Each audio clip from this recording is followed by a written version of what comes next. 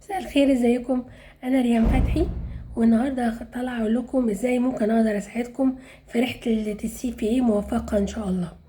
اول حاجه انت تقدر تحضر الكورس معايا اونلاين، وده بيبقى 3 ساعات في الاسبوع، على مرتين او 3 مرات. تاني حاجة تقدر تاخد الكورس المسجل، وهو بيبقى نص سعر الكورس العادي، ومعاه البنفيتس بتاعت الكورس العادية خالص. تالت حاجة لو انت بتذاكر مع نفسك ومحتاج مثلا نوقفت عليك بعض الأجزاء، أو محتاج بعض الأسئلة اللي انت عايز تفهمها، تقدر تحجز معايا بالساعة.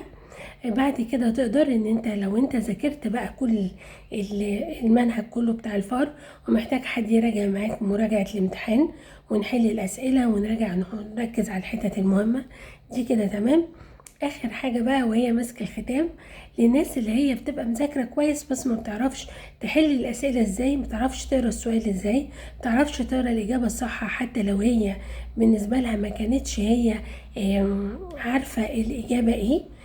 بيبقى في تكنيكس معينة في الامتحان ازاي اخلص في وقت قليل، لان انت بيبقى عندك 4 ساعات وبيبقى عندك اسئلة كتير. فانت الفكرة مش بس ان انت تركز ان انت تحلها صح، لا ده كمان الفكرة ان انت تحلها في وقت قليل.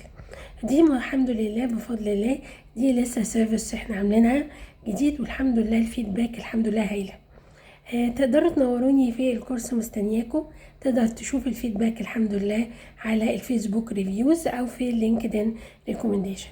ويا رب تنجحوا كلكم من اول مره على الدرجات، ومش بس في السي في كل الشهادات يا رب. جمعه طيبه عليكم.